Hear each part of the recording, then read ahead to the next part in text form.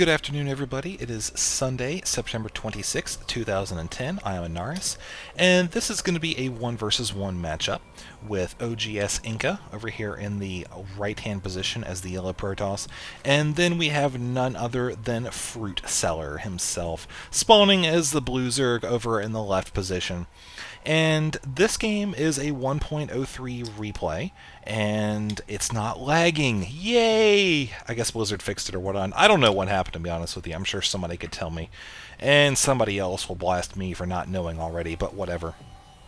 I'm just here to have fun and cast games. So, we've already got Fruitseller just talking a little bit. Don't know really what he's doing. Probably just chatting up a little bit. But we do have a pylon over here at the top of the ramp. Currently, Protoss is sitting at 10 of 10 supply, and the pylon should finish just in time for this probe to come in. And there it is, sure enough. A little bit of a delay, but we do have a Chrono boost on the Nexus. Probably going to get out 2 more probes and see another building go down. Probably a gateway, as that is a wall of Korean. Whoa, don't know what any of that says, but we're just going to keep playing the game.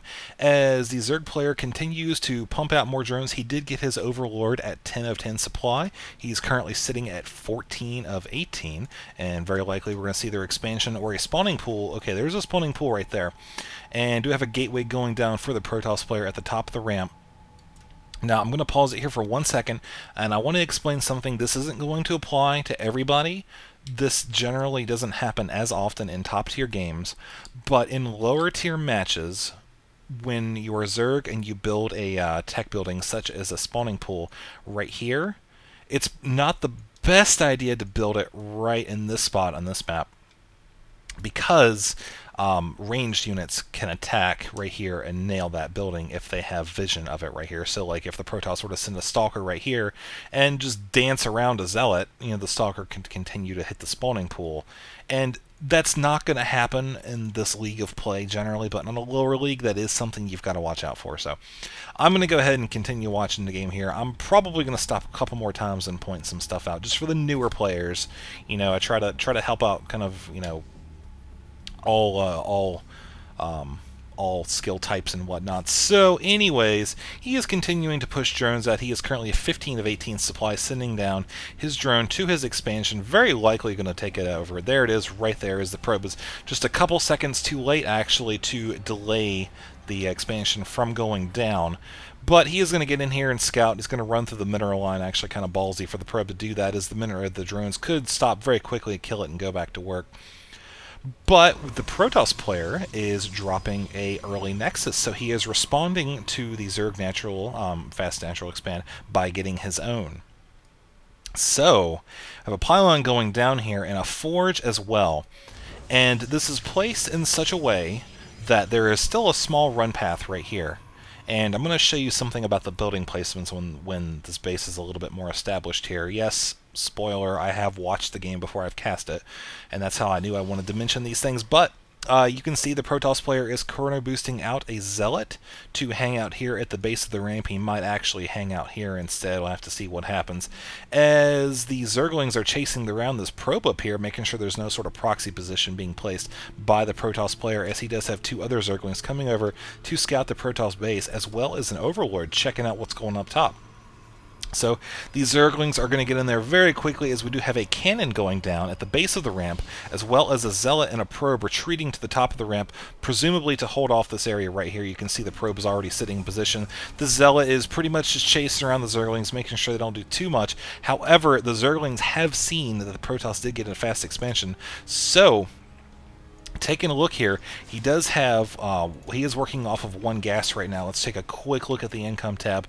Both players somewhat neck and neck in terms of minerals. However, yellow does not actually have any gas income yet whatsoever. So what Fruitseller is doing is he's realizing that he's not really going to be able to field enough units in time to bust down this expansion before it becomes a major threat. So what he's doing is he's getting his lair now to tech up and open up more options for him, such as some sort of an air-based play, or maybe burrowed roaches, although that wouldn't be the best because his cannon's right here and can detect them. or maybe a Nidus to bypass it all entirely. We'll have to see what he does as the game continues to progress. This Overlord hanging out right here at the top of the ramp. The Protoss player does not have Warp Gate technology just yet, but it is chrono boosting in now. And taking a look down in Zerg's base, you can see that he does have the Zergling speed upgrade on the way, just started a second ago. Lair is just about complete. More larvae are going to fly down in just a second. So he is operating off of both of his gas refineries now. Let's take a quick look at the players. You can see that Yellow does have one gas refinery now working, whereas Zerg does have two. He really needed to get that two up as soon as possible to make sure he would have enough gas to fund whatever it is he's going to do. These Zerglings are going to try to drive away these Zealots. Zealots probably not going to do a whole ton of damage. Took out a couple of Zerglings so far, but the queens are going to retreat back. It's generally not the best idea to get your queens too far off the creep because you don't want them to be out in the middle of the map exposed and taking 45 minutes to get back to the base. But you can send them out a little bit just to make sure that the forces are driven off, which is what he did. So, the Overlord is up here continuing to check out what is going on in the Protoss base. You can see that there is another gateway going down here. Not too terribly much in the works for the Protoss other than a boatload of gateways. So we are going to see a very land-heavy push here. He's probably going to try to take advantage of the fact that, you know, he got that early expansion and he's sitting in a tiny bit better position than the Zerg player in terms of the options available to him at the present time. But that'll very soon change as the Spire is just about complete, about 95 or 90% of the way there. That'll be done just a few seconds here. You can see there's about 400 gas, so he could put out a few Mutalisks right off the bat. He certainly is not supply blocked, as there is another giant wall of Korean text there, and that's actually kind of a little funny looking face or whatever. I don't know what that says. I'm sure somebody will tell me in the comments below, as a few Zerglings did try to get in here to scout, see what they could do. Not really too much at this point, as the Protoss player does have another expansion coming down here. This is going to definitely give him a base up for against the Zerg player, and there are several sentries here coming down here. They're actually pretty good versus the Zerglings, simply because of the force field. So he can really do some damage with that, depending on, that was a random ping. I think we have some observers, actually. Yep, you can see the observer list right here. I'll leave that for just for a second so you can see who's in the game. But anyways, there's a drone coming over here. He's gonna have to match that expansion, man. I mean, you can see he's also expanding right here. So both of these players' bases are quickly growing all across the map. So these Mutalisks are gonna come in here, and it's actually a very good move. You're gonna have to take out I can't talk. That cannon as quickly as possible. However, it's too late. More Stalkers are coming in. The sentries have arrived, and Protoss's production capabilities are actually sitting pretty good right now, more than enough to hold off the Zerg forces that are currently present on the map. So, Fruitseller probably is not too happy about where this is going so far. You know, he did tech up to try to counter the early expansion, but the second expansion's already up. It's already got 2 cannons, which is more than enough to drive off, a small amount of Mutalisks. This is a decent size amount. I mean, it's not too terribly bad. It's certainly, if the Protoss reinforces this with any sort of expediency as he is right now, this attack won't last very long. Just enough to get the cannons, and the blank stalkers are going to come in here and finish it off, and that's going to be that for that particular attack. As the Zerg player, his expansion down here just about done. His one up here, the 12 o'clock position, it just popped a second ago. Not too much going on with that. It looks like he was in the process of queuing it up with his hotkeys and possibly building out of that in the immediate future. As you know, he is actually sitting on a decent amount of money, and it looks like we did just miss a little fight there. I'm going to rewind just for a second, see what's going on here. You can see this fight right here. The Zergling is coming in to attack the Stalkers. Force field's going down, prohibiting the Zerglings from doing any sort of damage whatsoever without having to do a complete loop around, and by that time they would have just been pounded on for a good 5 or 6 seconds by the Stalkers and the sentries. So again, the Zerg is just going to have to back up, retreat, and think of another way to do things. He is sending his mutas in here to try to take out the pylon, and it's very likely that he's going to do that, except for the fact that the Blinkstalkers just came up here, drove away the Mutalisks.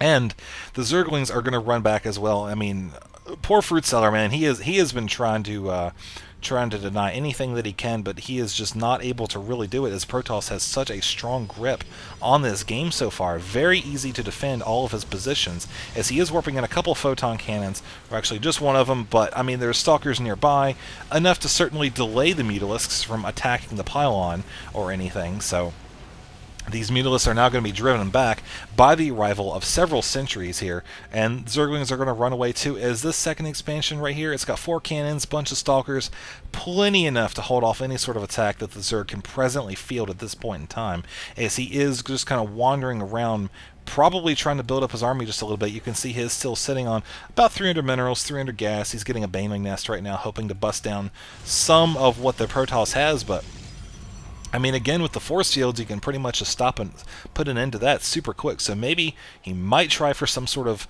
Nidus push here. That'll let him get some Banelings up in the back of the mineral line. But I kind of doubt it at this point, as he is so heavily invested in making this Mutalisk and Zergling play work. He does have the Mutalisk here trying to take out the cannon, but the Blinkstalkers came in full force, driving off the Mutalisk. I'm actually going to pause it right here for 1 second here and point out, this is kind of another newer player tip. Zerglings, they are actually kind of ripped up by Zealots, but if you can get enough of them, you can get a good surround. You can do some damage, especially with the Mutalisks up here. He could have brought the Mutalisks right here to start attacking the Zealots, but what happened was he put these force fields down, pinned his Zealots against the wall, and kept all of these Zerglings from basically attacking anything but this one Stalker who might live, might die, I don't know. But anyways, if you're playing as Protoss and you got a whole bunch of Zerglings, don't be afraid to back yourself up against the wall here, especially if you have the high ground with ranged units. And, you can leave a couple funnels for the Zerglings to come in or whatever, but that'll keep the Zerg from getting a good surround on you. So in this case, the force fields are so tightly packed together, the Zerglings cannot do anything at all. And it pretty much just protected the Zealots and sentries long enough for the Blinkstalkers to blink back down and continue to push away the Mutalisks. So he is getting more Mutalisks down here, and more Zerglings just pretty much hanging out at this point. Not too terribly much going on. I think the Zerg is really trying to assess the situation, what can be done at this point, because he is continuing to try to push this Zergling and Mutalisk build to make it work, but at this point, the Protoss has such a good economy. You can take a look at here. Over 2,000 minerals income per minute for the Protoss player, not even 15 minutes into the game. So his economy is through the roof right now. He has an exceptionally large army in comparison to what the Zerg player has. Even though he does have the expansions, he's not really mining off of them too much. I mean, he is getting some gas here, but at this point, he's pretty much just been outmined and somewhat outmacroed by the Protoss player. So Inca definitely taking the lead here as these Dark Templars head out, probably to check for expansions, see what damage they can do. Force the Zerg player to retreat, get out of position. Maybe the Protoss can make a push then. But it looks like the Zerg is going to try to make one final push with these Zerglings, delay the Stalkers long enough for the Mutalisks to get in here and do some damage. There's the GG by Fruitseller. I mean, this was it was a little bit one-sided game, but I mean, it's just the strategy that was chosen, by Fruitseller did not work out so well against this early Protoss expanded. I mean, you can see right here that it was actually guarded fairly well. And the thing I was talking about with the buildings, let me actually just scoot back to say let's say right here. Okay, so this is not a hard and fast rule, but this will kind of give you a general guideline for building placement and whether or not a unit can get past a building, etc. So I'm going to select these buildings right here. You see how there's little spinning circles around the buildings? You see how some of those circles overlap? Again, this is not a hard and fast rule. There are some buildings that don't do this, and there are some buildings that when you put them beside each other, the circles don't overlap and they still make a wall. But generally speaking, if the circles overlap, you can't squeeze a unit past it. You can see with the circle right here between the forge and the pylon, there's enough room for about one unit. And you pretty much just have to, this works for all 3 races, by the way, you pretty much just have to figure out which buildings work with what. I mean, I don't really want to get into it because you'd have to go over every single possible combination. That's something really that's better to learn yourself. But you can see right here that the circles overlap for the gateways, so you can't get units through. And you can figure that out even before the buildings warp in. So, just a little, not really a rule to live by, but just kind of something to keep in the back of your head if there's ever any doubt. You can, of course, always send a unit through to see if it goes, but that's kind of an easy way to tell if you don't really have time to do that. So, anyways, I'm going to go ahead and wrap this game up, and I will see you guys later.